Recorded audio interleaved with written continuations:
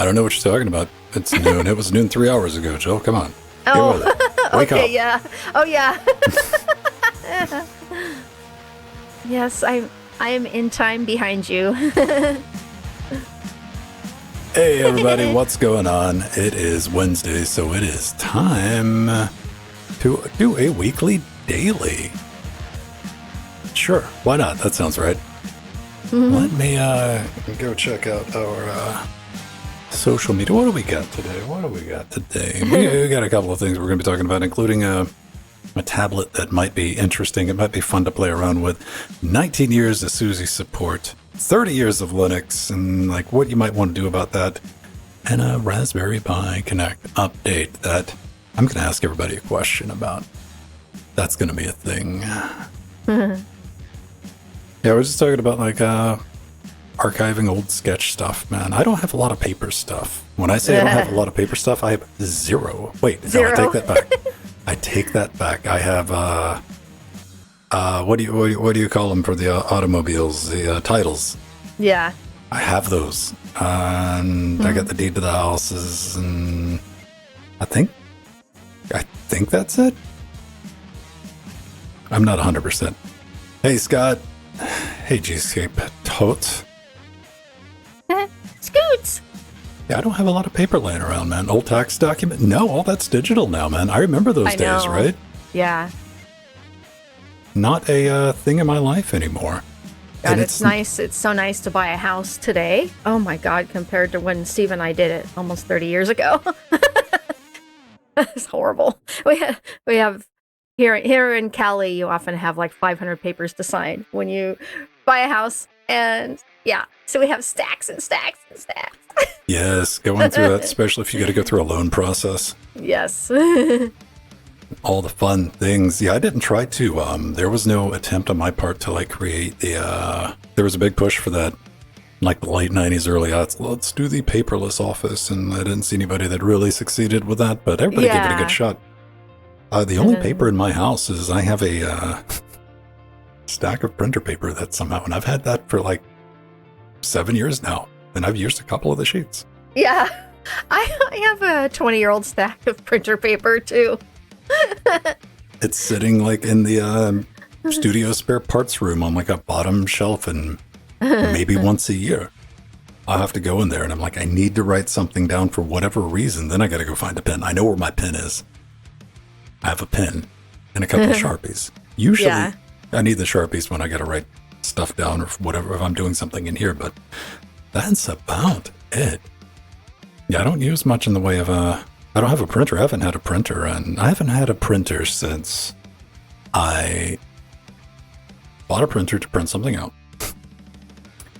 I printed the thing out. I think it was driving directions, to give you an idea how long ago it was, and time passed. And I needed to print something again. And that brand new printer that I had taken out, printed the thing, put it back in the box, and I took care of it, put it back in a closet, I believe. The ink had dried out. Yeah, that's what happens. Then it was down to, and this was at the time, I don't know if it's still the case, it might be, let me know, that buying the ink replacement was within like a few bucks of just buying another printer. Because they were effectively giving the printers away. And, they make money on the ink.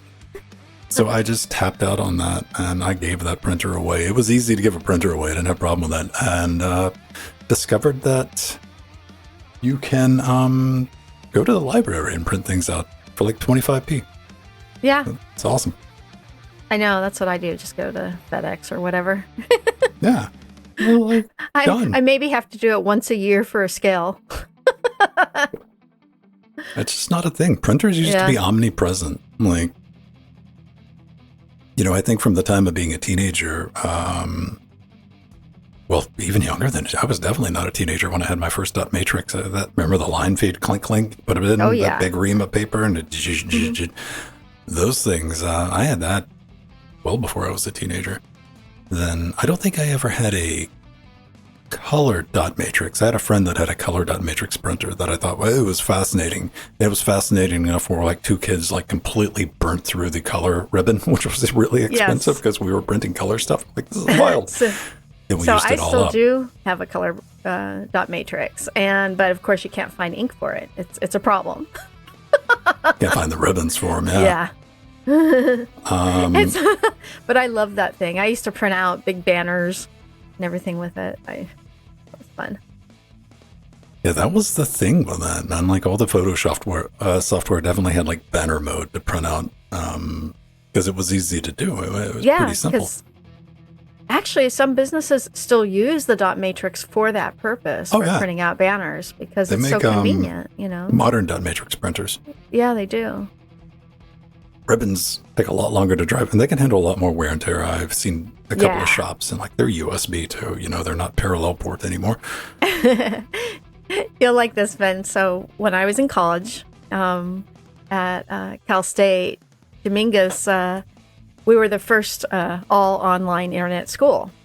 And but what was awesome is every workstation, there would be, there was one lab where there was like 500 different computers in separate rooms.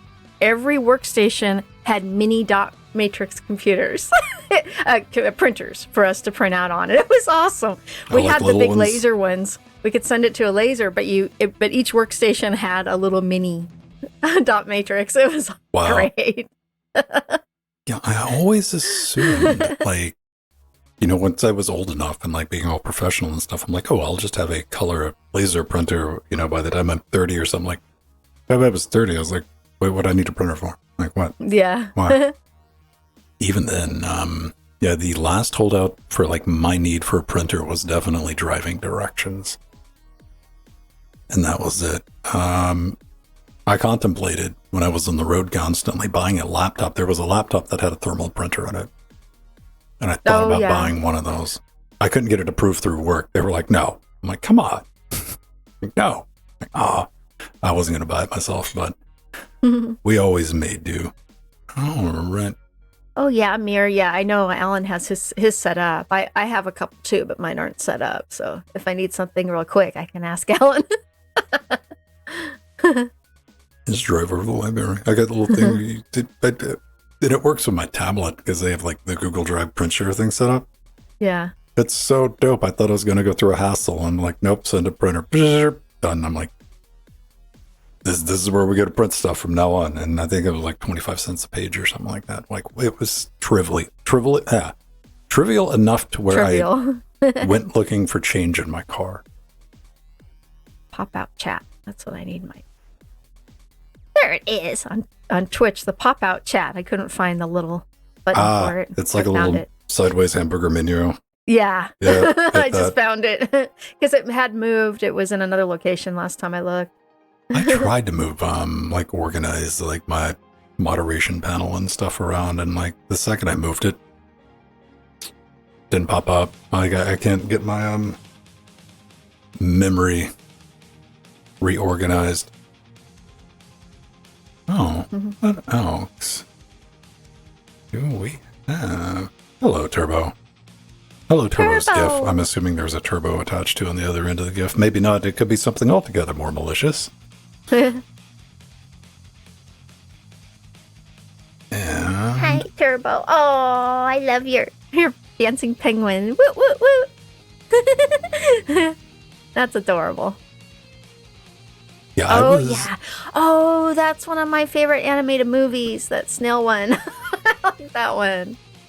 That movie when it came out wasn't expecting much, and it turned out to be a lot of fun. So long ago. You know what? I need to rewatch it because I haven't seen it since it's been in theaters. All right.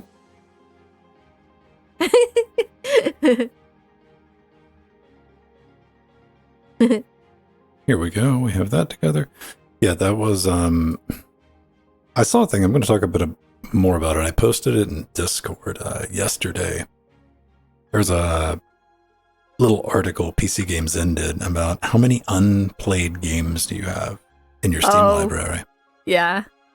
And I went looking through that, and I have them organized. I had like 400, which I think I got like 1,100 games or something like that. And then I found steamfinder.com, which was linked in the article. I didn't run across it by myself. And There's really only like 179. A lot of that stuff is just not calculated right, and a lot of it's like dedicated servers and like art and things like that is counted as unplayed. So I'm like, right.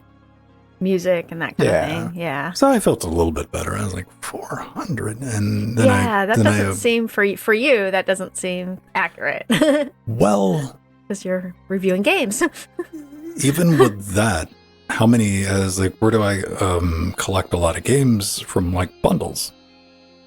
How many times have I bought a bundle for a game? Several times I've bought, because there'll be a good deal on like one game, and I'm like, oh, and it came with 20 other games that I'm like, I've never heard of, don't care about, or and like I'll just redeem the keys and dump them on there, and I'll play the game and completely forget about the rest of them. I do that all the time. Not all the time, but you get what I'm saying, right? Yeah, absolutely. Aw, hi Arthurian. Puppy wave. Yeah, Steve Hesman is home doing chores right now. Because he's got to go back to work tomorrow.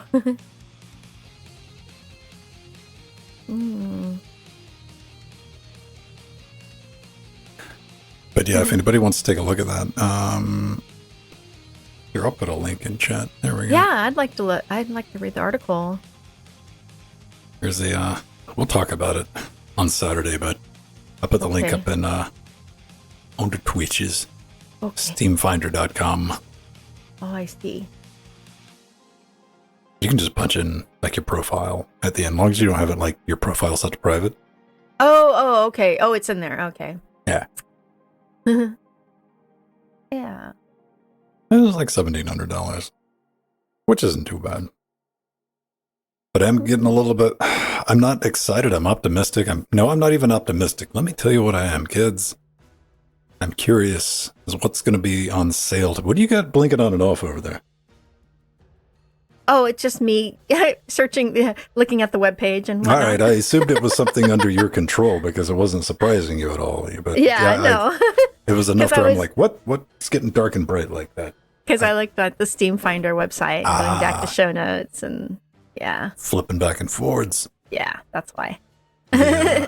Steam Summer Sales tomorrow, so I am. Oh yeah. Curious if anything on my wish list is going to be on a real sale. Not 30, not 35% off, a real sale. Give me half off. Yeah. And they keep saying that the summer sale we're supposed to have like 95% off some titles that they've never done before. Who said that?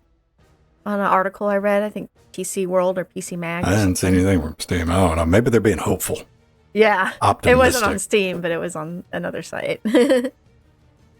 You will see some, the best place to look at your Steam sale information if you don't know. If you're not into video games, I apologize, but it is SteamDB. Because they make it real easy to set the sliders, categories. Like if I'm looking for 95% off, you can go for it. Minimum amount of money, go for it. Yeah. The only thing I'm looking for is maybe they'll finally put The Last of Us on a good sale. Oh yeah. A good sale? Because I'm sorry, I'm not even buying your game at half off for what is that, like an 8-year-old game now. Get off it. Sorry, Sony, not happening. Horizon Zero Dawn, the second one. I want to play that. And yeah, me too. I want that. Yeah. I don't want to play it for $60. Those are like my two big ones. Oh, another game that I kind of hope goes on sale is called Snaky Boss. People have it. It's only like $6. The only reason I haven't bought it to play in the after shows is I looked at the price, and it typically will go on sale for like $1. I'm going to buy a fistful of copies of those so I can hand it out so people can play it with us. I think it'll be a good time. We did play Chain together Saturday. Oh, yeah. Yeah. I wasn't able to come in on Saturday, but I saw a little bit of the show, the after show. Got the video up Twitch. If anybody wants to go check that out on LGC Uncut. Me and Jordan went through it. Mm-hmm. And if you aren't familiar with the idea, it's 2 players trying to escape from Tartarus, but you got a chain between you. You can play up to 4 people. That's when it starts getting crazy, right? Mm-hmm. And everybody has to try to get in time. Now, you might imagine staying in time over video chat, audio chat, is different because you have to adjust your own latency internally in your head from like, okay, when I say jump, how many milliseconds is it before you jump? Then you got to work on that. Then you get people who just tear. It's going to be hilarious. We might try it again this Saturday with some more people. Stay tuned for that. All right. You about ready, Joe? Yeah, I think I should go take a quick break tonight. Yes. I'll be right back. In a minute. That's what we're looking for. All right. Yeah. In a minute. I'll be right back. What? Why did I just close? You ever do that? You ever just accidentally close a tab? And you're like, man. Okay. Is this easy in Chromium? We're going to be looking for a very hopeful button that says restore previously closed tab. History, maybe? Yeah, there it is. All right, it's under history. Yay, we learned a thing. I kind of assumed it was going to be. I got a very interesting issue right now with Chromium. Ever since the last Chromium update, when I close Chrome, now what do I use? I use Chromium for the show notes. You can kind of see the monitor right there. That's just the corner of it. It's in portrait mode. And it's got all the show notes, all the stuff I'm working on for interfacing Linux, all the other projects. It's my digital whiteboard.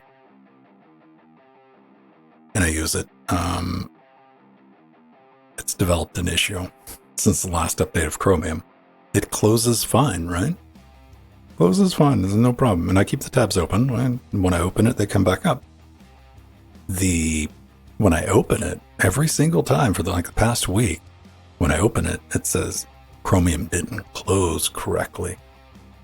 Oops, too bad. But fortunately, it pops up a little error message. And it's like, would you like to restore the previous tabs? So I'm a little worried. It wouldn't be day-breaking, right? Because I got my 3-pin services, I got chat, I got photos, I got Drive pulled up, and I got a bunch of docs.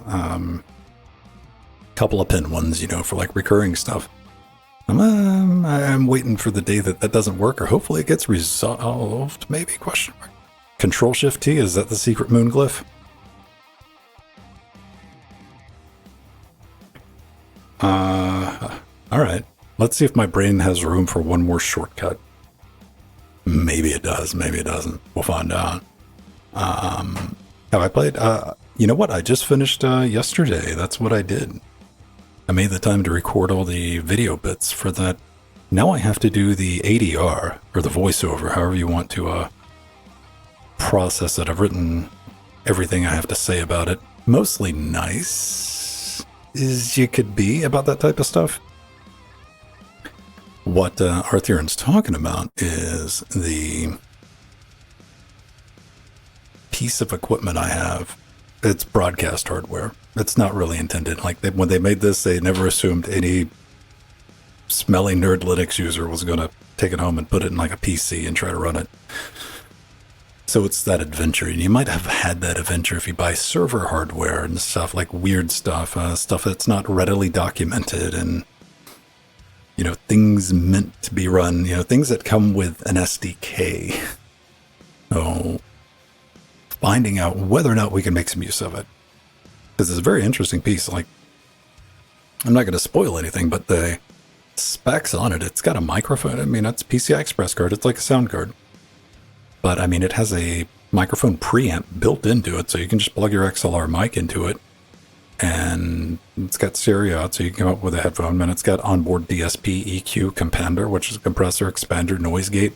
All that built into the silicon. That's what we're going to be trying to play around with. It should be interesting. What I'm looking for right now, though, is for somebody with one of those Qualcomm Snapdragon X Elite 9000s to put some Linux on it.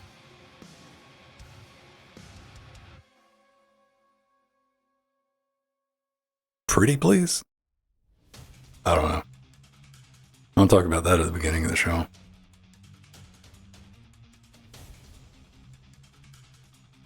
With that, and I did finally take the time to set up all the email. I host my own email for interfacing Linux and Linux Game Guys. And setting all the DMARC and SPF stuff.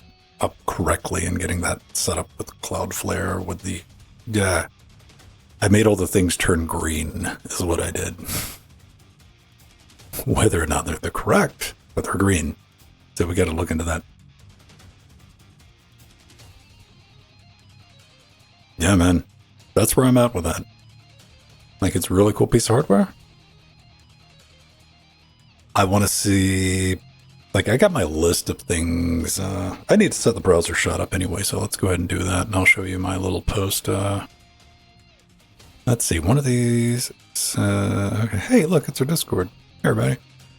Where are we at? Google Chrome? Is that it? Nope, that's chat. Man, if you've ever used OBS, this drop-down menu is always ridiculous, isn't it? Properties. Here we go. That was me trying to figure out what the temperature was in Freedom Units for the American listeners. All right. So I was... The only information I was able to find for it, I started me a little memory thread over here. Like, that's it. That's this right here is a Geekbench that was run on one with Linux from last year. That's all I could find.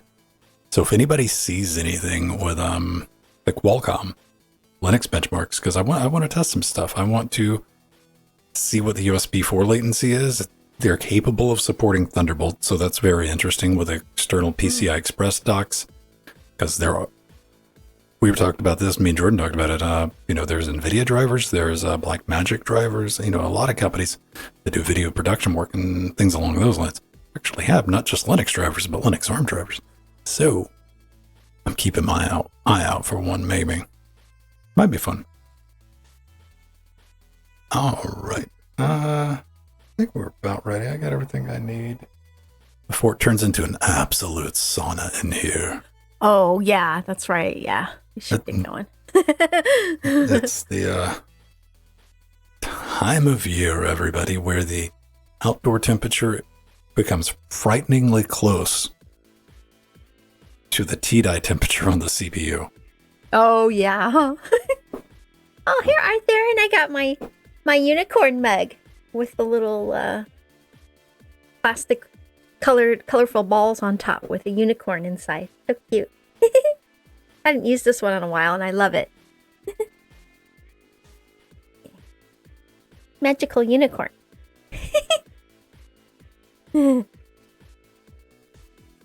Yeah, unicorn Slurpee. Yeah, exactly.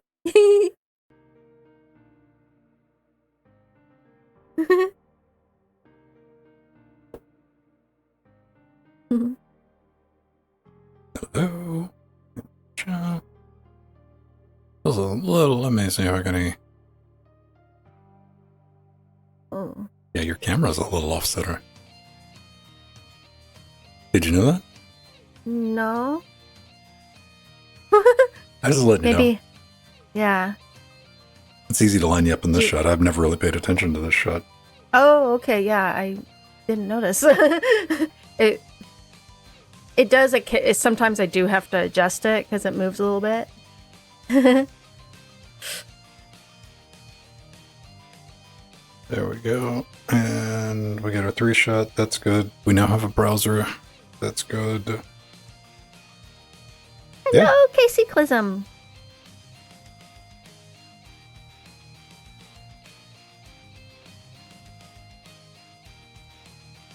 Oh yeah, we did just recently move my camera because... Yeah, because I moved some things around. Yeah, I don't know. Do I have a 50-50?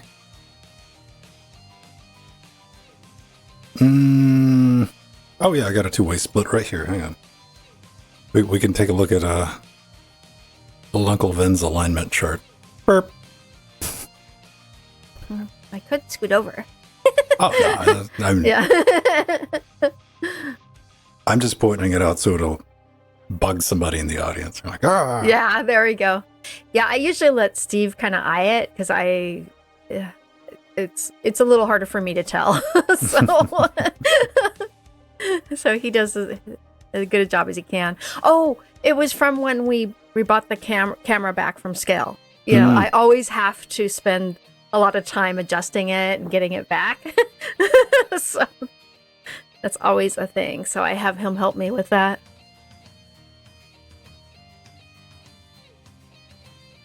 Let me see. Showtime falls off a bridge. Yes, Steve husband. All right. Yeah, adjusted for Max Penguin. So true. Yes. What cameras do we use? Jill, I think you have a Sony A6000, right? Yeah. Or 6100? I don't know. Alpha 6400. 6400. Yeah. And I am using a Nikon.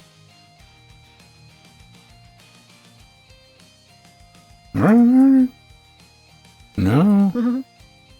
You know what? I know. I can use my search engine on my website to find out.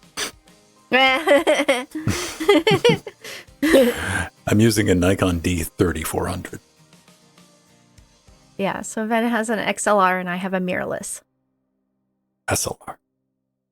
SLR, I mean. Yeah.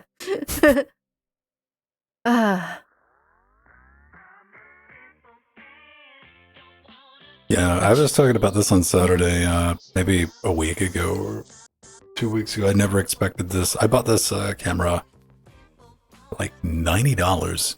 Why was somebody selling this, years ago at the time for $90? Because the SD card doesn't work. The reader's dead. Oh, yeah. So it's kind of sucks the use out of the camera when you can't save anything to the camera, doesn't it? So I was able to pick it up wicked cheap, and after a little bit of hackery, which involved a hair tie, found a way to make it record video or actually do live output for more than 30 minutes at a time. Yeah, I was just remembering why I use the term XLR instead of SLR because Your brain messed them up. Yeah, they're similar. Yeah. Well, we had video cameras in my classroom that were Sony XLR, so that just kind of stuck. Yeah, I was remembering that. Well, Steve, sometimes the simple solution is the correct solution because, people found that you could plug into an aux jack on that and do some trickery and do some 19 steps to make it work. And I'm like, just put a hair tie over it, hold the button down. It works. Done. Yeah. It's been working for years. I expected this camera to last not even a year.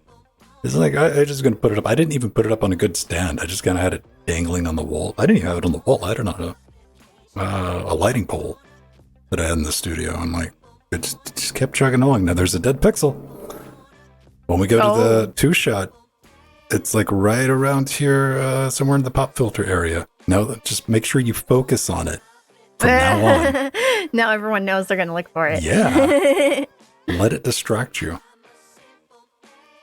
But yeah, I'm not getting rid of it. Door switches. Hey man, everybody needs a hobby.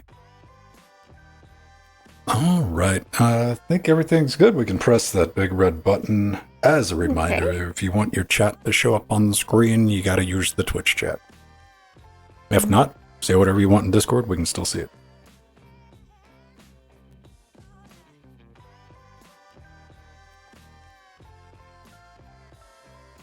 Yeah, I got to get Steve Husband's Twitch account set up. A new one.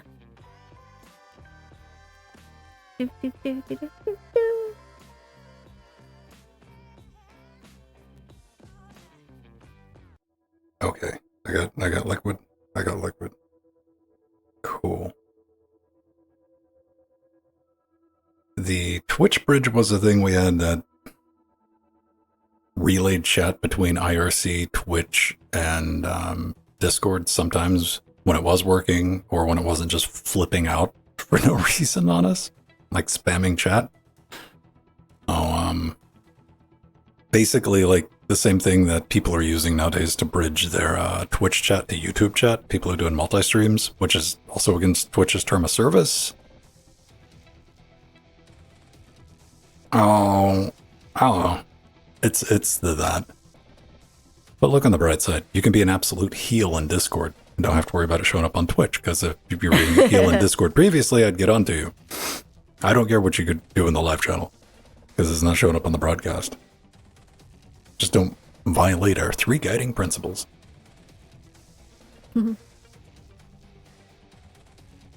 All right. Twitch. There we go. Big red button time. Let's make sure. All right. Yay. Are you writing? Yeah, you're writing. I just didn't have it zoomed in long enough. Long enough.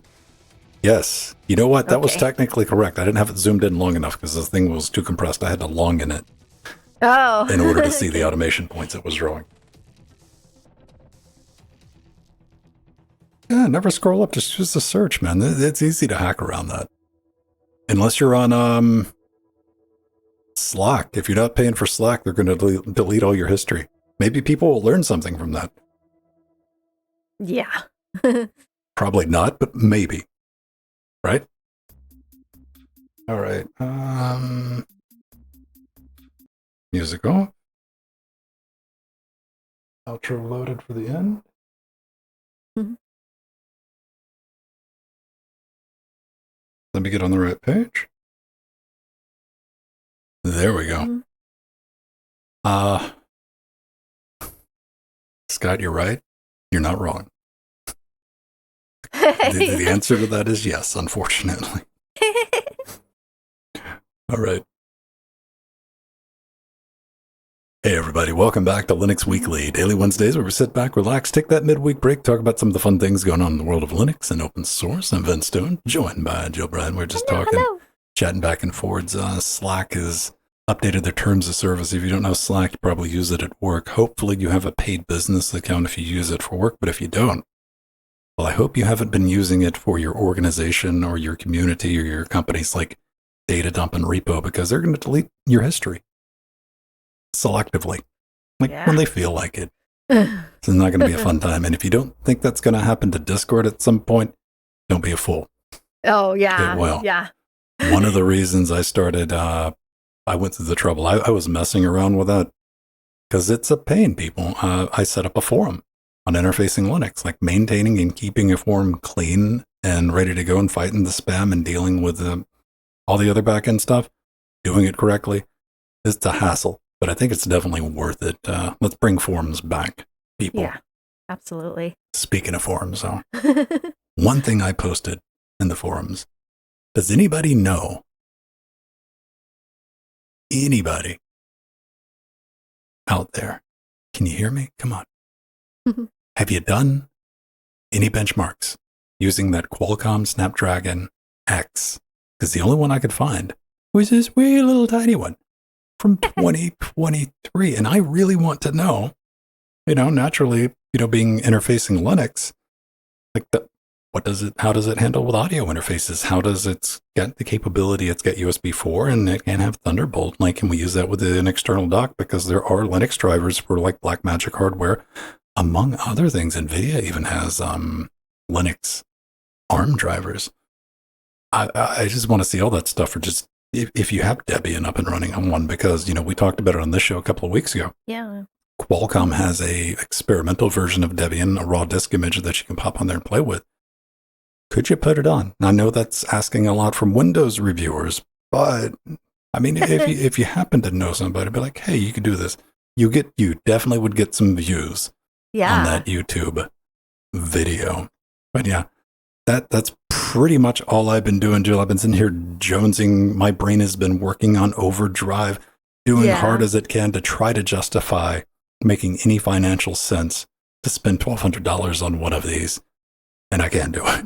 Oh, okay. I cannot. I've been slapped down and rejected from the brain boss multiple times. And I'm like, come on, man. Like, I was like, no, well, fine. So we'll wait. I'll keep my eye out. And, maybe in a couple of years or maybe sooner than that, depends on if these things flop or not. Might be able to pick one up, for like $500-$600, but like $1,200, $2,000. No, sir. You might be better off getting the developer board that was $399, the laptop from that's a Qualcomm laptop that we talked about. That's Yeah, I developer mean, board. financially I would, but I wouldn't be able to use that as like, this is what the final production hardware. Yeah, it isn't. Yeah, right. That's So Deep Computing. They're the company that put that one out. yeah, come on, framework, make one of those. Make just the board and send me one. All right. What about you, Jill? I see, I can tell I can read through the tea leaves that you're going to hold something up I sure for our am. audio listeners to look at. Yes. So I got this beautiful new transparent pink and purple keyboard from UBODI on Amazon. Isn't that pretty? For those that aren't listening to the watching the video, I can't see it how beautiful this keyboard is. It's a dual mode with 2 wireless Bluetooth connections and an RF connection via USB, which I have fallen in love with. I love dual mode keyboards. And, I've shown off my 60% transparent mechanical keyboards before that is lit with RGB, but this UBODI keyboard has no RGB and doesn't need it because it is so freaking beautiful. I just love it. It's the first transparent keyboard I've seen without RGB. But the color is just beautiful. It almost looks it's transparent pink and purple, and it looks almost like a crystal. Kind of like a crystal. Yeah. It looks beautiful. Truly not transparent. Yeah, it's what it is. Is it like transparent keycaps? Yeah, transparent keycaps, and even the sides, the plastic around it has some transparency. So it's transparent, but with a little bit of color tint. Let's say that. All right. Good times. Well, really nice. Hope it is. I hope you don't lose it. I hope it's transparent, not transparent to the point where it goes misplaced. Yeah, which I don't think that's going to be a problem. No, not at all. Something that's definitely not transparent is this guy. Look at that. This is the Minisform V3 AMD tablet. Very nice.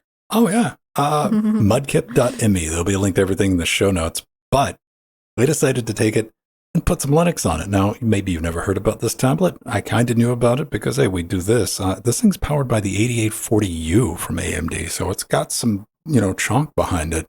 And it's got a 14-inch screen, 40-watt battery, 32 gigajoules of memory RAM, all for under $1,000. I'm like, kind of interested. They'll even toss in a copy of Windows 11 if you're feeling dirty. And good news, everybody. All the hardware worked out of the box using Fedorf, and even the fingerprint reader just worked out of the box, no problems. Touchscreen, no problems. And KDE turns out even has a tablet mode, which I've never went looking for. So you don't have to squint unless you want to. Unfortunately, a couple of the downsides, no auto rotation, and the volume buttons only work when a keyboard's attached because reasons. That one's kind of weird. Runtime, though, is not great. You get about 6 hours if you baby it. And battery drain during sleep, it's not too bad. About 1 to 2% overnight, 8 hours, however long you sleep. And one thing that made me a little bit sad, the touch pen, all the writing, they said was responsive and responsible. Yes. It worked, no problems with that, which is good to see because, you get a tablet, people are going to want to draw on it, and that's good. But you're thinking you get this 14-inch screen, like, this is awesome because you can use it as a, secondary or monitor or, tack it onto something else. And like, that's awesome. Even more awesome is it's a touchscreen monitor. Unfortunately, the touchscreen support doesn't work when it's being used as an external monitor, which is quite unfortunate because that would have been very, very handy to have. Full write-up, I just glossed over a couple of the high points, and this is something that you can go out and buy, including like a little keyboard. I always buy like a nice little keyboard for any tablet. That is my daily driver. So it's good to see. I think really the only downside is, it's under $1,000 just, but the battery life, because you're still dealing with the x86. I don't know. It's good to see that Linux just works on it out of the box. So, you normally when you would think about putting Linux on, like, I don't even know if you can get Linux on a Surface Book. Let me know in the comments. But something like that, something that's going to be detachable, you're going to be up for a weekend project, right? Mm-hmm. Yeah, usually. Yeah, you're not going to be up for a weekend project on this. It just works. Just So, works. which could be a detriment because I know there's parts of my brain I'm like, why? That's not going to be fun to play with. It'll just do the thing. I'm like, so. And it does have NVMe storage. So, I mean, it's fast, man. Yeah, Vin, and this, maybe this is the portable Linux tablet you've been, waiting for. Very cool. so, it may be, well, the price is a little high, but I don't have a problem. yeah. When you do like adjusted for cost of inflation, because I spend money on tablets. Tablets are my daily drivers. Like I will buy a good tablet every 3 to 4 years, and I look to spend usually between $500 to $700 on a tablet, which makes people look at you funny because the normal use case for a tablet, what is it? It's a media consumption device. You're like, I wouldn't pay that much money to have the thing next to the couch while I'm watching TV so I can be distracted. But I use them for daily driver, so I want you something use it that's for fast show notes and with everything. I need something that can do multitasking. Yeah. And really pushing the Android. And I've always had good luck with Samsung tablets. And I bought the original Google Pixel tablet. That thing was like $500, man. Back in the day, too, when money, $500 was $500. Oh, yeah. And so something like this wouldn't be out of the realm of possibility. But then I have this other thing that I have to think about. Has Android gotten good enough? It kind of has by now. Yeah, it is. I would want to play with one of these because I would like to see what a KDE tablet experience is. Because I've only experienced like desktop operating systems in a tablet mode was that Windows tablet that I bought, that Intel Windows tablet. I tried it. Windows 10 had a tablet mode, and I almost threw that thing through a wall. It was so bad. Yeah. So maybe KDE's get a really nice, but yeah, go head over to mudkip.me, and I think that's a Pokemon, and go check it out. Read the full review. They liked it. So that might work. And look, there's some anime stuff. There you go. Now how much would you pay? Put your anime thing on it. Mudkip says that the performance is outstanding, and it actually performed better than their M1 iMac with many tasks, and that's high praise indeed. I was impressed. That's really cool. Do you think you'd want to put some games on it? Maybe. I mean, it's x86. That again, if you're looking for the Tinker device, I'm like, well, that takes all the fun out of it. I'm like, I know. I've had that people talking about like the Elite desk, and I'm like, hey, you can buy this cheaper than a Raspberry Pi after you get done buying a Raspberry Pi 5 with all the accessories. But you're like, but it just works. I'm like, yes, it does. That's a plus. And you're like, not for me. I want to play around with it. So keep that in mind. This thing, for a certain type of person, would work too well for them. Like, which I understand those feels, because I've definitely looked forward to like weekend projects of like, because there's a bit of satisfaction you get from making something work. You're like, yeah, I did it. And now it worked, and it's a good time. Let's go ahead and move on to Team Green. No, not that Team Green. Geekos. I have lots of geekos here in my room by my penguins. And so SUSECon 2024 was last week in Berlin, Germany. And there was actually a huge announcement for the SUSE Linux Enterprise Server, or SLES 15 Service Pack 6 release. It includes long-term support for a whopping 19 years. That's really impressive. That is 7 more years than Canonical's Ubuntu LTS, which was recently extended to 12 years. And you may be asking yourself, why 19 years and not 20 years? Well, because of the epoch. In this ZDNet post, Stephen von Nichols states, that's when the timekeeping code in 32-bit Unix-based operating system reaches the end of seconds it's been counting since the beginning of time. 00:00:00 GMT on January 1st, 1970, as far as Linux and Unix systems are concerned, and resets to 0. just like the Y2K bug, that means that all unpatched 32-bit operating systems and software will have fits. The Linux kernel itself had the problem fixed in the 2020s in Linux kernel 5.6. So we're okay, Vin. The great epoch. So that was I found that very fascinating.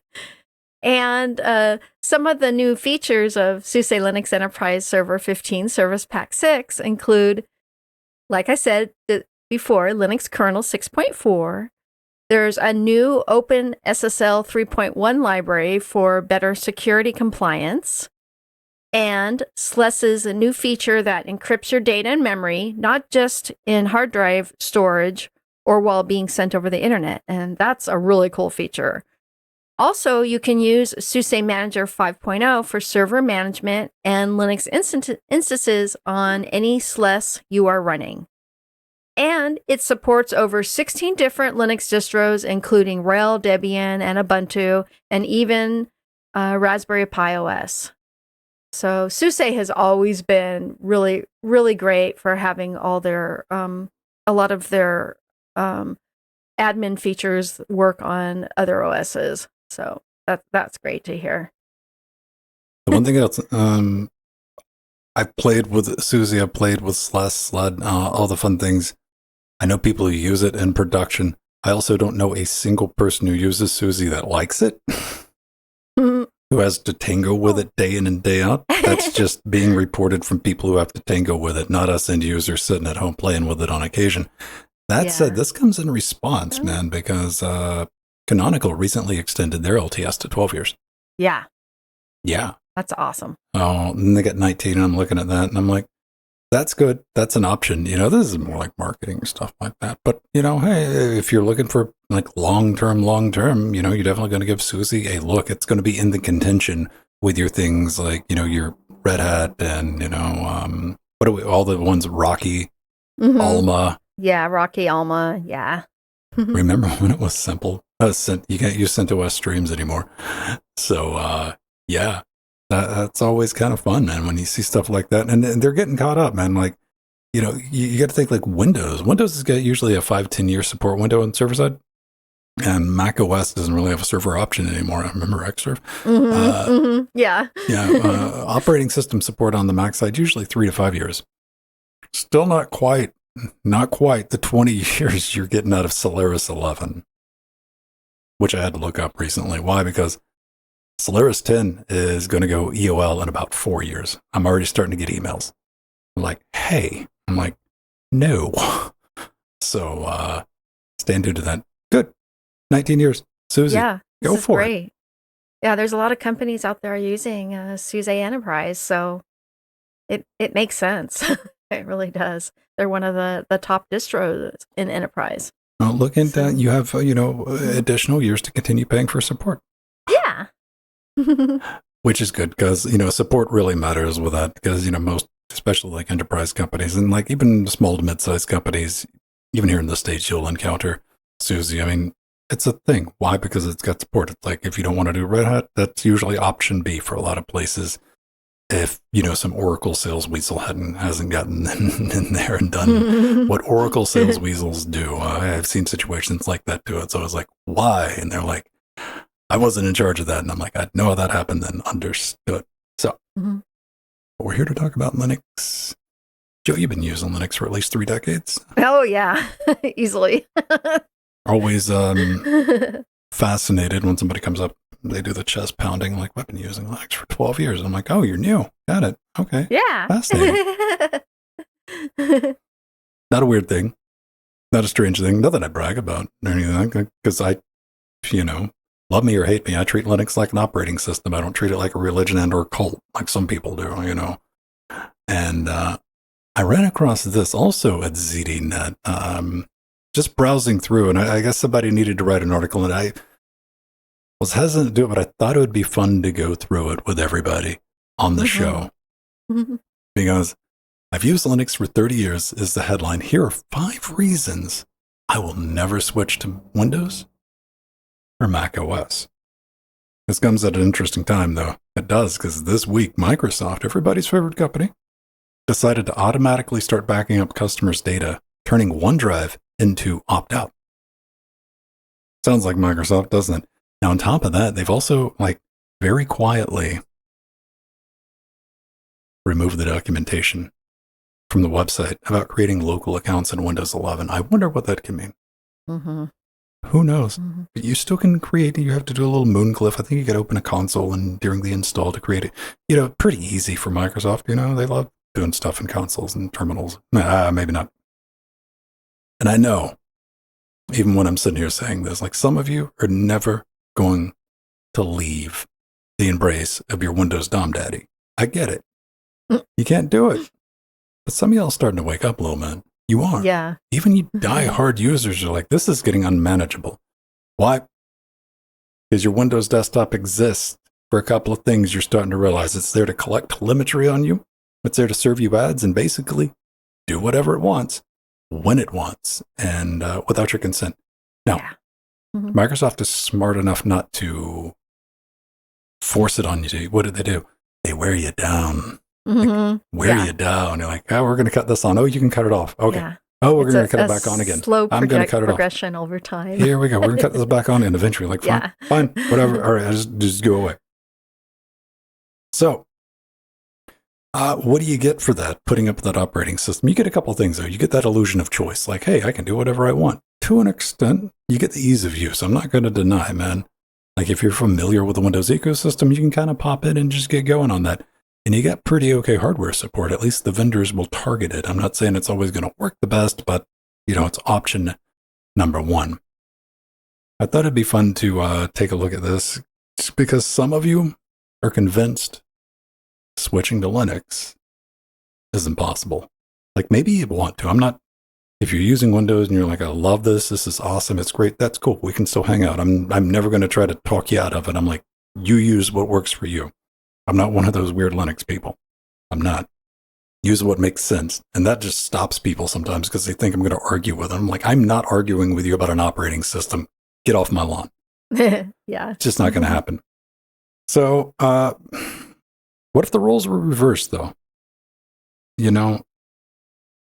Jack is saying he could never use Windows after 30 years of Linux. And I feel that. I've tried to use Linux. I've bounced into that.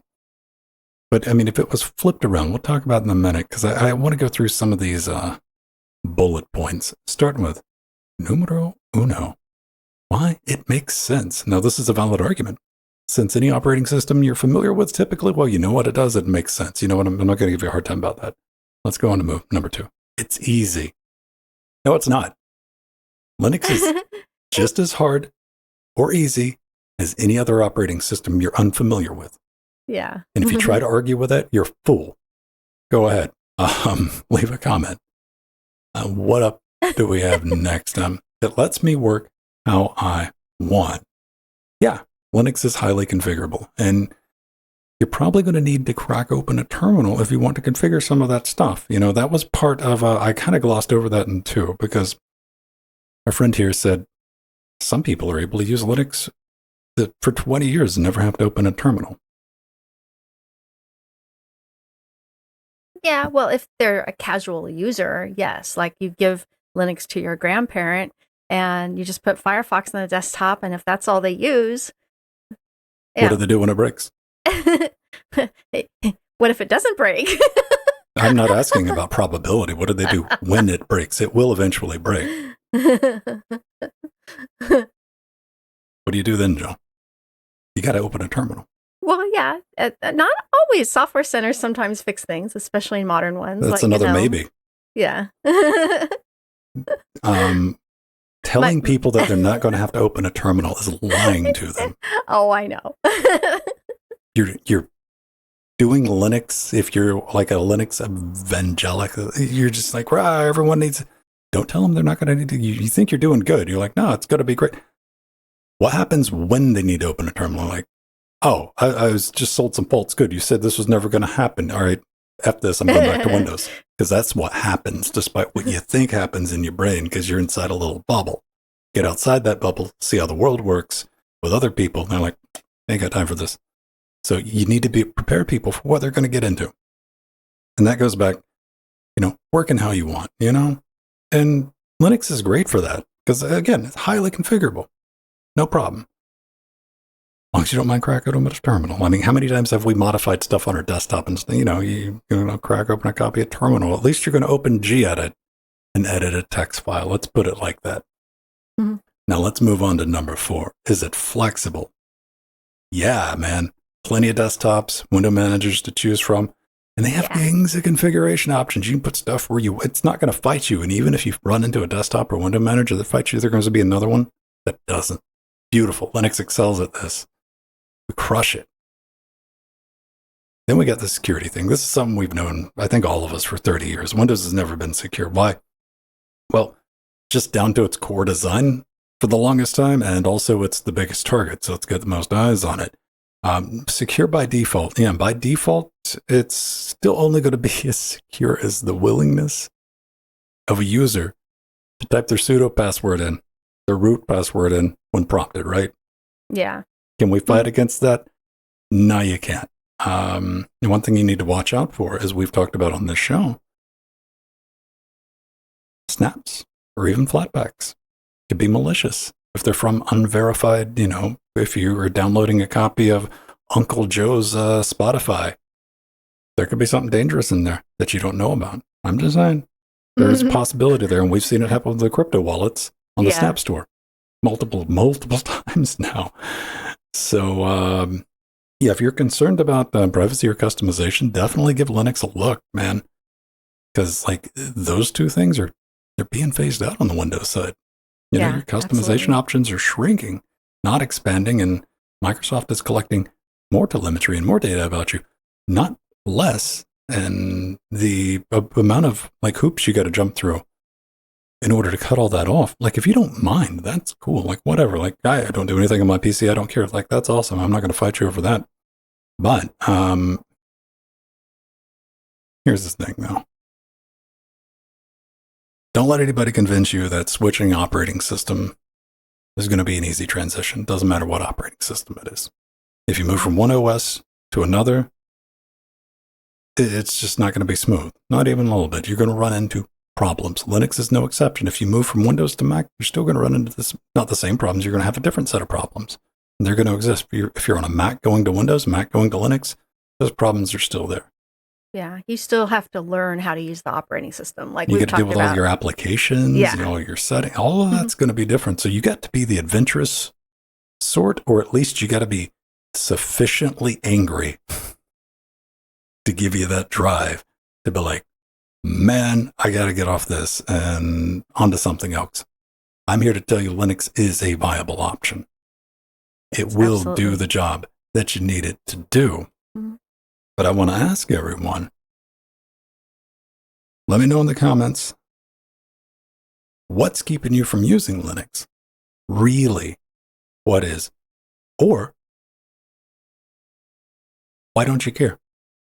I also want to hear from you. I'm it's an operating system. Doesn't matter to me. I use Windows, I use Mac, I use everything. But I'm always curious about that person that genuinely has the desire to, but they're like, this thing's stopping me. Now, something I've been saying on Linux Gamecast for going on 13 plus years is never give anybody the time of day who says, I'd run Linux if thing worked. Yeah. Because the second that thing works, so annoying. Yeah. The very second that thing starts working, they'll find a new thing. Every time. 100% accuracy on that. They never go, oh, and it's not Linux. Anybody who says that, I remember when Chrome first came out and, Google wasn't gone full evil at that point. It didn't have plugin support. And people were like, dude, I'll use Chrome. As soon as it gets plugin support, then plugins rolled out and they're like, I just don't like Chrome. And I'm like, that's cool, man. Just don't go there. So if you got a legitimate application, don't hit me up with your Adobe stuff, because we both know you don't use Adobe stuff. Don't waste my time with that. What is it keeping you? Because if you got that desire, you got that man, I want to get into that. Or maybe you're starting to and you've run into problems. Let me know. I'm interested in reading about that. I'm always curious about that feedback from real people trying to do it and hitting legitimate work. roadblocks because those are things that could get potential improvement over the time. Absolutely. Give us Jill, do you think you'll ever switch from Windows to Linux? Oh, Lord, no. No. I know you're going to stay on Windows. I love the customization, the flexibility, the security, just that, I like tinkering with my desktop. And that's why if you're interested in doing that, Linux is the ultimate operating system for that. And it's fully plug and play, and which you still can, there are millions of people using Chromebooks out there, and that's Linux on the back end, and the interface is. And when you say plug and play, what do we mean by that? Yeah. Well, I mean, like, for instance, audio interfaces that don't work on Windows work on Linux. But I got a list of, in my possession. I don't have a list. I have an inventory of audio interfaces that don't work under Linux. Yeah, that don't. Unless you do significant configuration to them. No, that's true. That's true. But I also this is just what I'm saying. We got to be careful when we say things like plug and play, because somebody's going to go, no, I plugged in this and it didn't work. Yeah, most Bluetooth devices, when you use them, are plug and play. Most USB devices are. It's less problematic than Windows. A lot of times on Windows, you have to install drivers for devices that are plug and play on Linux, and that's one of the advantages to it. Unless you got an NVIDIA card. Yeah. Linux is slowly crawling to where it's not too much of a pain for the Windows user to get their Linux. I always say Windows user to get their NVIDIA card working under Linux. If you're familiar with Linux and the underpinnings and all that, it's not even 2 minutes to get it up and running on any distribution. Yeah. But that's something Windows does for you out of the box. I know, because I had to set up Windows for another piece of Linux related hardware, and I watched Windows handle a 2060 Windows 10 actually, and it's like boop boop, and it just showed up and hey, everything sounds like, which I didn't like. I didn't like that even after the install, it just went out and started doing that stuff for me. Yeah. Now, some people like that. That's why they run Ubuntu. Yeah. Mm-hmm. So yeah, go check it out and let me know. Let me know if you got a legitimate use case, desire to use Linux, or maybe you still dual boot. That used to be a thing everybody did for the longest time. They'd have a Windows partition, Linux partition. Mm-hmm. I would see people write, and you're like, man, it's been a while since I booted up the Linux partition. Let me go do that and take a look. And maybe it just never clicked for you. That's another thing I want to know about. Did you put a lot of time into it? It's just never worked correctly for me, and it never did the thing. So yeah, go check out this article. There'll be a link in the show notes. And yeah, could I go back to using Windows after myself using Linux as my only primary desktop? I used Solaris for over a decade. Yeah, I'm weirder than you deal with it. But I couldn't. I know I couldn't, because last week or the week before, you heard me very much disgruntled about trying to find network settings in Windows 10. Yeah. This is lunacy. This is maddening. And why? Because I just wasn't familiar with it. And you got to be able to have that empathy. You got to be able to flip that, as somebody, I know how to do this in Linux. What am I going to do? I'm going to open a terminal and fix that real quick and set that static IP address. But you got to be able to empathize from the Windows side coming to Linux. They're having those same feels and I had a reason to fight through it, because I needed to get this thing where I had to extract some information. If I didn't have a reason and I was trying to use that, I would have thrown it out a window. It was maddening. Some people feel that way about Linux. So have some empathy for your brothers and sisters, Yeah. Don't just everything's just going to work. Just tone that down a little bit. But I don't think I could go to Windows, just because I would never voluntarily switch to Windows. If I had to switch to something, it would be Mac OS, simply because Homebrew exists. I can deal with Homebrew. PowerShell, I have no interest in. What is it? The WSL, I don't have any interest in. Yeah. Yeah. Well, it's what I'm really excited about is our younger generation that is used to using, Chromebooks, Chrome OS, and Raspberry Pis. So they're realizing there's other alternatives out there. So I think each year the Linux adoption gets more and more, and part of it is because of that. We've got a younger group of kids who've never even used Windows. So it's awesome. It's interesting. Yeah. There's never going to be a shortage of people who are curious that really want to know how the next level of the computer works. Yeah. They want to dig deeper. They want to get a hold of more stuff than is presented to them, be it Windows or Mac OS. So, yeah, it's a beautiful thing we got. And like I said, my only thing with this is that I say this every now and then, like,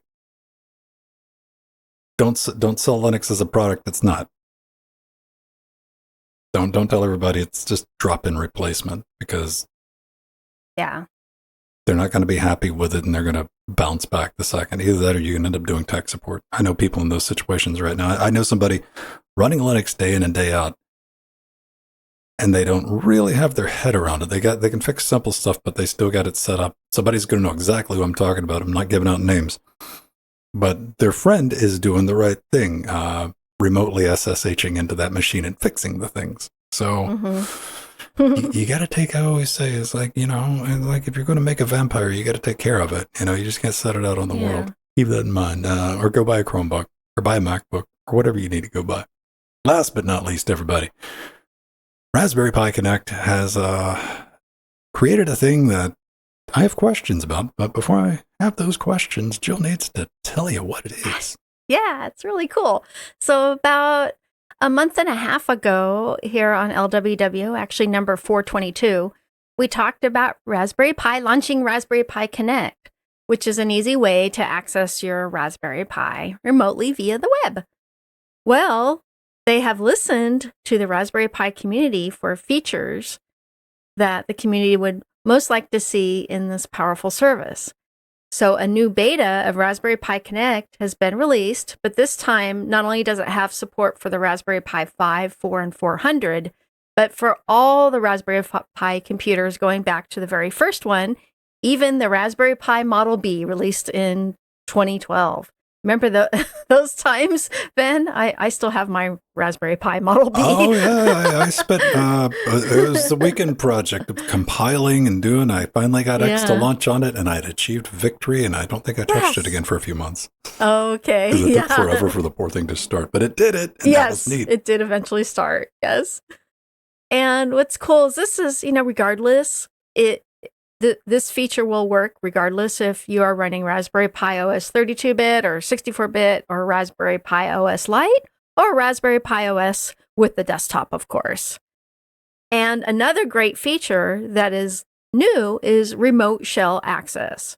Raspberry Pi states on their news blog, the new remote shell feature in Raspberry Pi Connect enables you to launch a shell on your Raspberry Pi device from a web browser over a secure connection.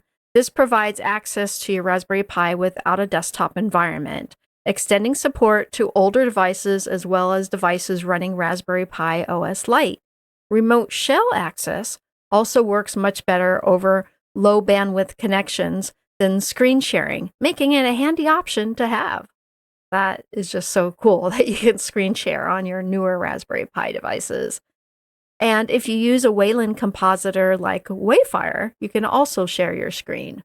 So that's awesome. They're always trying to improve things. Now, Ven and I, before the show started, we're talking about SSHing into your Raspberry Pi, which we've been doing for years. So that has been a thing. Let me tell you what you did. Let me tell you what you did, Raspberry Pi. You reinvented SSH with a bunch of extra steps thrown in. That's what you got going on right here. Let's not pretend it's anything different. If it is, somebody needs to let me know, because what I'm reading right here is like, that's SSH. Like, if you're giving me console access, I'm like, because some things you got to keep in mind when connecting to this. This works a lot like WebRTC. Why? Because it's WebRTC. Mm-hmm. So you get your, I don't know if they got a stun server, but they got a turn server. Initially, it's going to try to do a P2P connection between you and wherever your remote is. If it's not happy with that, it's going to get relayed to Raspberry Pi servers. And maybe you don't have a problem with that, but your company might. Mm-hmm. That might be an issue. where you're not going to deal with that with your Yeah. standard SSH tunnel. It is encrypted, but no encryption's perfect. And once you're into like Raspberry Pi Connect, I want to know. Maybe somebody at Raspberry Pi is like, no, this is the use case. And I'm like, awesome, I get it. I'm not poo-pooing. I was telling Joe earlier. I'm just like, I always try to where could this be used?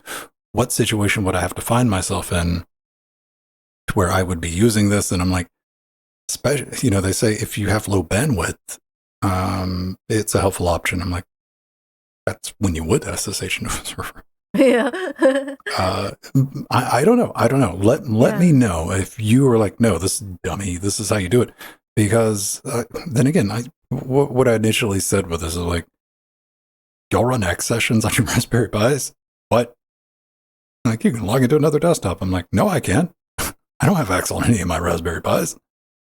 So, yeah, there you go. Go check it. It comes in as all the cool stuff from the Raspberry Pi project at the low price of absolutely free, so you can play around with it. Maybe you can run into a use case for yourself. And like Jill said, this thing works on everything. Why? Because it's SSH, and it should.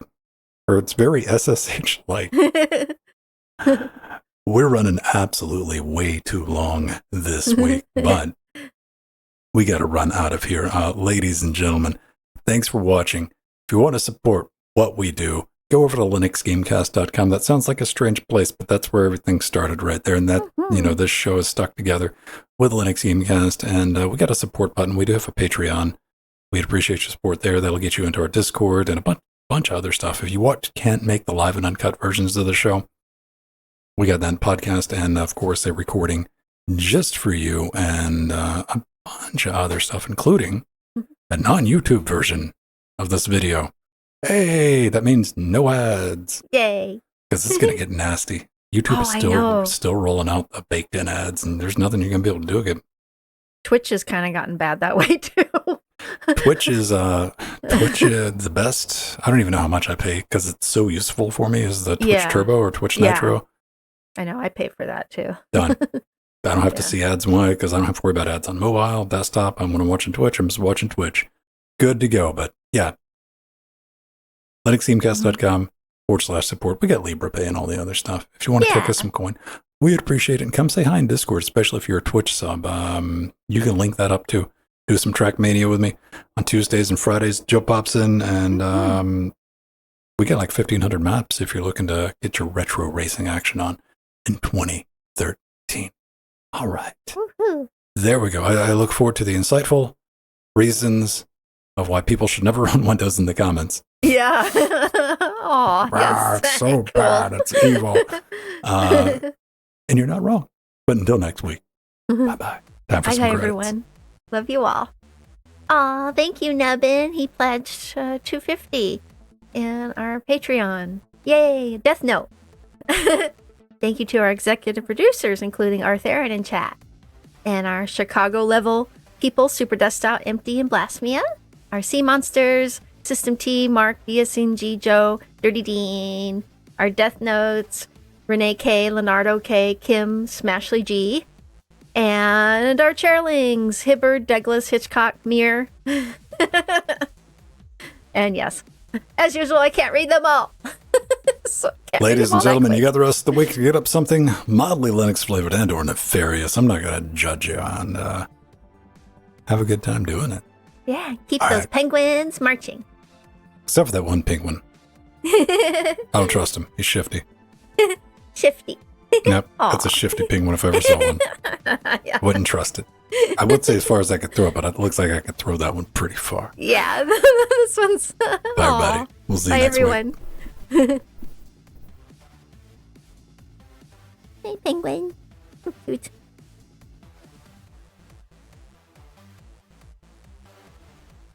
Yeah, Valorant. Yeah.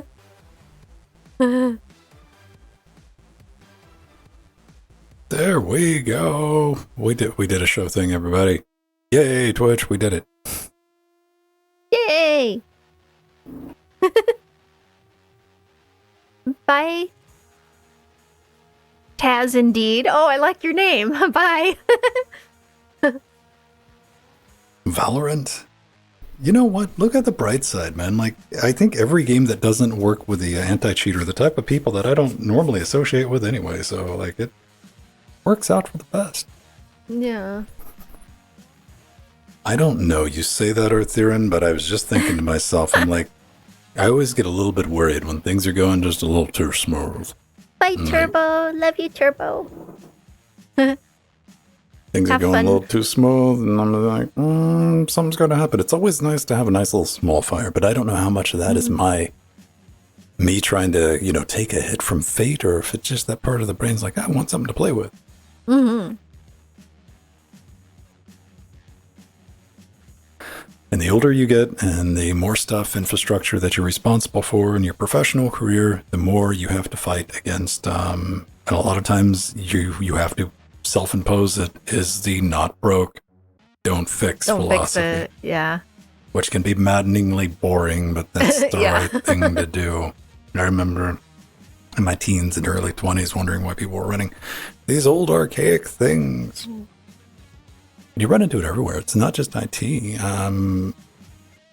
Any seriously big studio I walk into and I work in, most of their stuff is going to be Avid, DigiDesign, Pro Tools, Apple setup from 12, 13 years ago. Yeah. Don't touch anything. Not going to fix it. Frighteningly, some of the stuff's not air gapped. Why? Because it works. It works. Don't mess with it. Which, is maddening with like Jackbox. Jackbox works. Everything works now. I can't touch it. Can't do anything to it. There's nothing to be done. Like, don't change a thing. Maddening. Want to play with it. Want to do stuff with it. Yeah. I mean, I could. But it's that responsibility thing that creeps into your head later on. You're like, don't you do it. I'm like, what if I took a disk image? And like, do you really want to go through all that? I'm like, well, I got backups. And like, no. I'm like, fine. 14-year-old Gen 2s at work. Oh, dude. Yeah. I'm getting more and more aware of how many systems are running. I'm going to say at the beginning of this year, right at the end of last year, that's when I was starting to get contacted about systems still running Solaris 10 and older. Like, we need to move to Solaris 11. And that's because Oracle kind of just did the update and they're like, hey, we're going to support this until like 2030, whatever. And so they're like, well, we need to do that. And we're good. Then we can forget about our problems. And like, that's scary, man. Like, just on the hardware level, a lot of that hardware, there's no getting replacement parts for a lot of it is nigh impossible. And the time bug was kind of interesting, though, Jill. The epoch. The epoch, because they picked a date in the future. This is not fixed. They kicked the can down the road. So those of you that are around in the year 2400 are going to encounter the same problem. Because it had to be set to it. You couldn't just say, don't work. So yeah, those of you still around in 2400 are going to run into this. There's people like, oh man, Linux bug, we got to change it. Jenkins is that's just straight up old fashioned. Nobody likes that. Yeah. What did you replace it with? I remember the first computer I tested the Y2K bug on. It was my IBM XT, and it didn't have a problem. Just like, oh, well.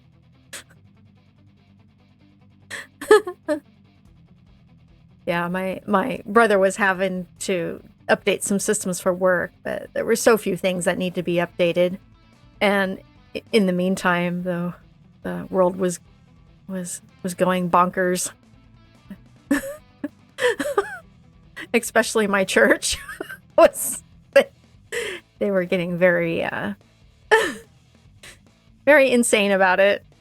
Having meetings about Y2K and to protect yourself and all this stuff.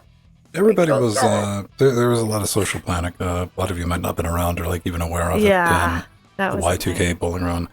Like, I didn't encounter anything, but I did spend Y2K barricaded with pool cues through the door in a bowling alley. Oh, okay. Accidentally, I didn't plan on doing that. We just showed up at the bowling alley to see how our friend was doing, and he was on full-on panic attack. He had like the big, ginormous planters pushed up, like it was like a zombie survival thing. So we just hung out and bowled with him and had a good time. And we had some alcohol, so we brought that in, and like that's how I spent my. We did the Y2K, so this had been like 1, 2 in the morning. It was after it passed. We were like, we didn't know, like planes are going to fall out of the sky, and nothing happened. A lot of work was done to prevent, to catch any edge cases that were going to happen. So it was mostly smooth. Like infrastructure and our lights and everything like that. That a lot of that did need to be upgraded, anyways, just because it was old. But yeah, I know. Me and my brother was directly working with it at Infonet. He worked at Infonet, and so he was having to update systems and whatnot, but. He had been planning it for several years before it happened, but truly very little needed to be taken care of because most computers were just fine. Oh no, I just got an invoice from Microsoft for my Office 365 suite. Yeah. Mm-hmm. It's spam, people. Oh, it's spam. But yeah, my church was getting very, everyone was buying the huge water tanks, and it was just, it was over the top, very zombie acropolis, zombie. Can't even talk. So tired. Zombie apocalypse. But yeah, me and my brother kept trying to tell them, it's going to be okay. We're going to be okay. That was funny. I had to go to meetings, Van, and I had to speak about how to. Of course, you were in the right. You were in that situation. You weren't surrounded by the best and the brightest. Yeah, that was not fun. Panicky people. Panicky people like to flock together. That's why they call them a flock. It's like it becomes a paranoia, The whole thing about like a time-honored tradition with people is they call them preppers. People are always prepared, They got their stocks of drinkable water. They got their freeze-dried food, and they're ready to go. I don't have a problem. Like I love these people. I love them because like that is the ultimate like just in case, man. They're like, you never know, man. Like it could all go down tomorrow. And I'm like, you're not wrong. I mean, it could. And I love it when they tell everybody, but I'm like, I know where I'm going. Yeah. You probably shouldn't advertise to everybody that you got a grocery store in the apocalypse, right? Yeah. Now, if I had a bunch of stuff like lined up, ready to go, years of stuff like put together, like nobody would know. I'd be like, what? Oh no, I just disappeared. I'm like, nobody ever see me again. Will they handle it when it goes down? Probably they'll just lock themselves up, man. It's going to be like Vault, whatever from, what's the game? Fallout. Yeah, Fallout, yeah. They're just going to lock themselves away and like, who knows? Like, you're crazy until it happens with that situation, right? And you're not even crazy. Everybody should have a little bit put together. Yeah. You should have enough. Absolutely. Have some batteries, maybe a generator. A generator might even be overkill, but I have a generator. Yeah. And a little bit of fresh water. Probably need to replace the fresh water with some fresher water because that fresh water has been around for a while. And like just be careful because we're not talking like nuclear fallout or anything. We're talking about the power going out for a week. Yeah. And that was, that was the thing I remember emphasizing when I was speaking to the church about it. I said, regardless of anything happens with Y2K, just being prepared for earthquakes and whatnot that we have here in California is a good thing. So yeah, it's good to have, extra water storage. It's good to have extra food storage, but they don't need to panic. It's like, but that's something we're trained to do from a young age here is to always have, we always have canned food. We always have lots of water in storage and I rotate them out. It's just, but that's normal anywhere, especially with global warming and all the crazy weather that's been going on. So, Well, you it's a live in thing. a state that when it's not shaking, it's on fire. So it's a good idea to Yeah, on some areas, yes. Again, it's not the whole state. the well, it's a long state, so there's plenty of different areas with new and interesting ways to Yeah. go about So keeping everything there's all together. that, you just gotta be prepared for emergencies. And that's It's just always the a thing you smart need to do in thing. general. Like, you need to Yeah. have something together. Like, this is something you learn. Like, you need to have, like, the right tools. And some people are never going to do it. Like, this is why I don't spend a lot of time talking about it, because the people who get that, and they do it. The people who don't Yeah. get it won't do it at any point. No matter how it's- much you tell them, you can, like, pick them up and shake them, and they're like, nope. Yeah. I run into this a lot more with, like, having some basic tools in your car if you own a car and you drive I around was just in thinking a car. about, especially the younger generation, because they have their phones and they think that's gonna, help them when they need it. Well, 99% of the time, Yeah. they're right. yeah, they're right, but there are cases like if, for instance, we have an earthquake, we have a fire, power goes out, and even satellite communication is going to have issues. So you got to be prepared, and you've got to just have supplies in your car. So what My would you husband think and about I- putting into a car, Jill? I always have. We always have a pallet of water. We have food. Actually, we have some NASA food in our car, and blankets, a flashlight, that kind of thing. So, and my husband and I always, especially if we were going to the desert or somewhere like that, we're always making sure to be prepared, because there have been times when we've been out of satellite signal and whatnot, haven't been in range. So, Now, let me tell you yeah, a car repair kit. That's all stuff we keep in our cars.